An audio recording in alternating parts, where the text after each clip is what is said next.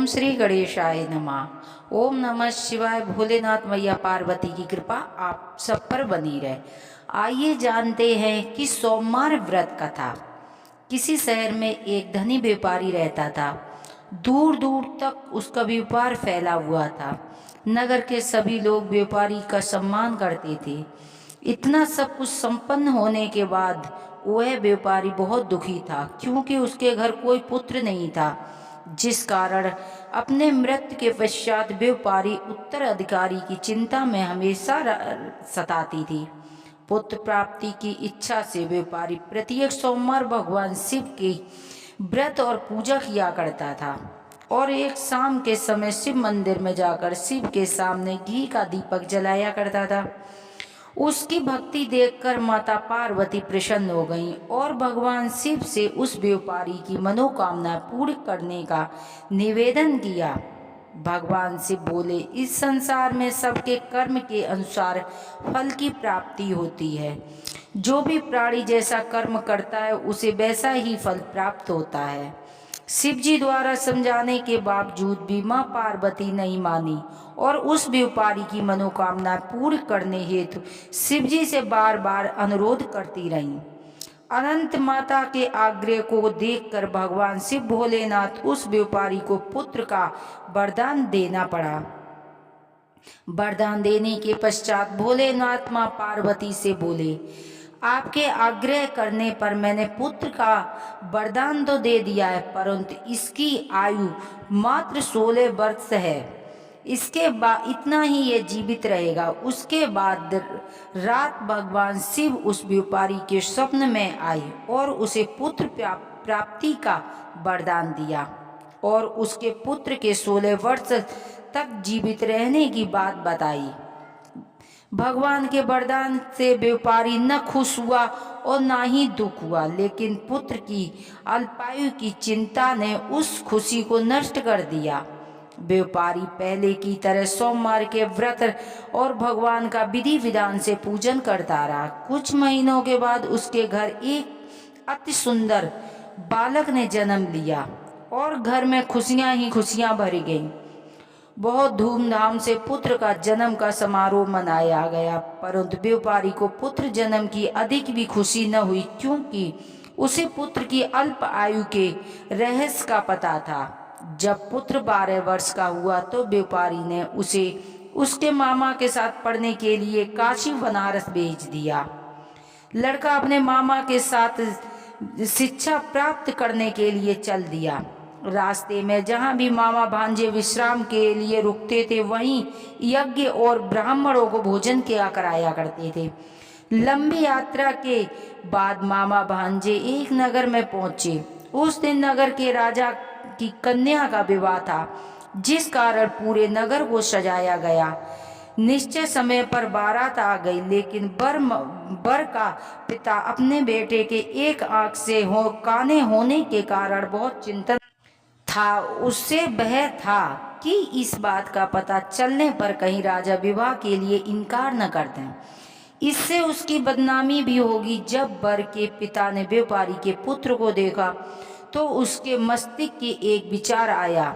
उसने सोचा, क्यों न इस लड़के को दूल्हा बनाकर राजकुमारी से विवाह करा दूं। विवाह के बाद इसको धन देकर विदा करा दूं और राजकुमारी को अपने नगर ले जाऊंगा। बर के पिता ने लड़के के मामा से इस संबंध की बात की। मामा ने धन मिलने के लालच में बर के पिता की बात स्वीकार कर ली।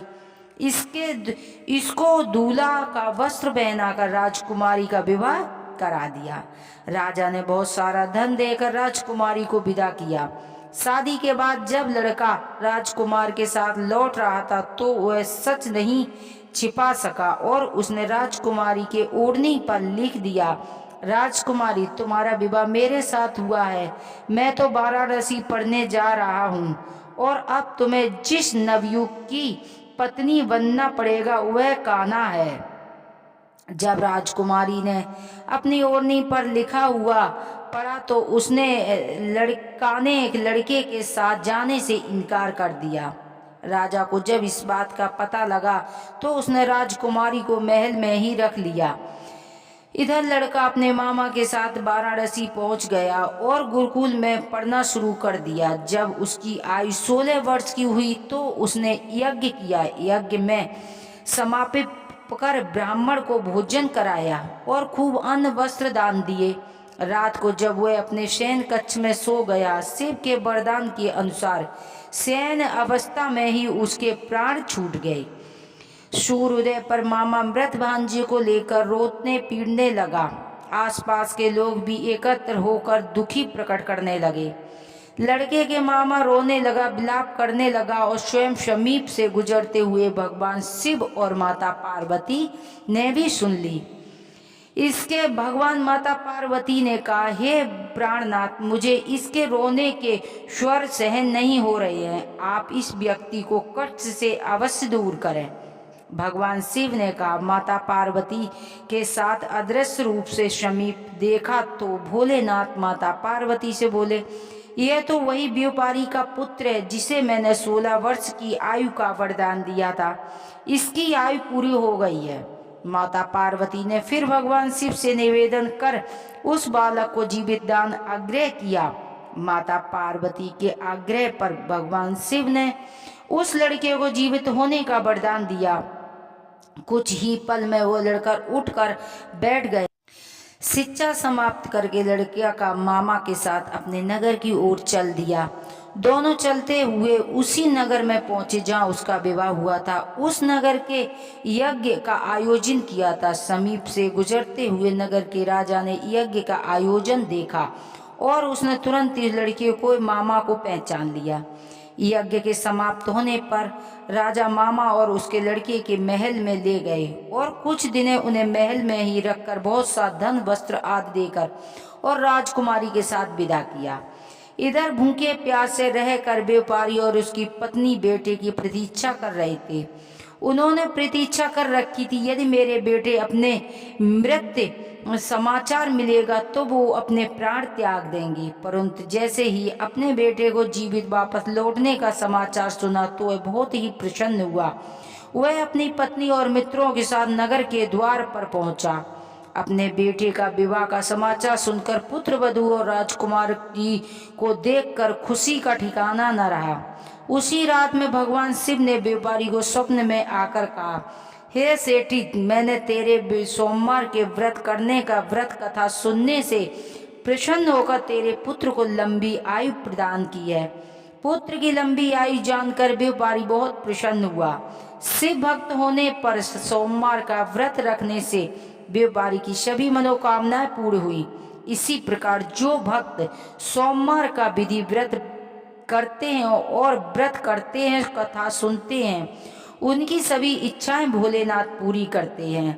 बोलो शंकर भगवान की जय, मैया पार्वती की जय। ओम जय शिव ओमकारा, भोले हरे शिव ओमकारा, ब्रह्मा विष्णु सदा शिव हरिदांगी धारा। ओम जय शिव ओमकारा, एकानन चतुरानन पंचानन राजे, हंसासन गरुड़ासन विषवाहन साजे। ओम जय शिव ओमकारा, दो भुज चार चतुर्भुज दस भुज अति सोहे, त्रिगुण रूप निरखिता त्रिभजन मन मोहे। ओम जय शिव ओमकारा, अच्छी माला वनमाला रुंड माला धारी, चंदन मृगवन शोभे भोले शिवकारी। ओम जय शिव ओमकारा, श्वेतांबर पीतांबर वागांबर अंगे, सनिकाधिक ब्रह्माधिक भूताधिक संगे। ओम जय शिव ओमकारा, करिके मादिक मंडली चक्र त्रिशूल धरिता, जगी करिता जगी हरिता जगी पालन करिता। ओम जय शिव ओमकारा, ब्रह्मा विष्णु सदा शिव जानती अविवेका, प्रणवाक्षर के मध्य यह तीनों एका। ओम जय शिव ओमकारा। काशी में विश्वनाथ विराजते नंदी ब्रह्मचारी, नित्य उठ भोग लगाऊं महिमा अति भारी। ओम जय शिव ओमकारा। त्रिगुण स्वामी जी की आरती जो कोई नर गावे, स्वामी प्रेम सहित गावे।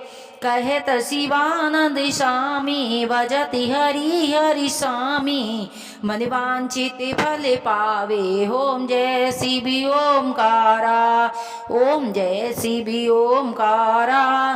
बोले हर शिव ओमकारा। ब्रह्मा विष्णु सदा शिव जानति अविवेका। ओम जय शिव ओमकारा।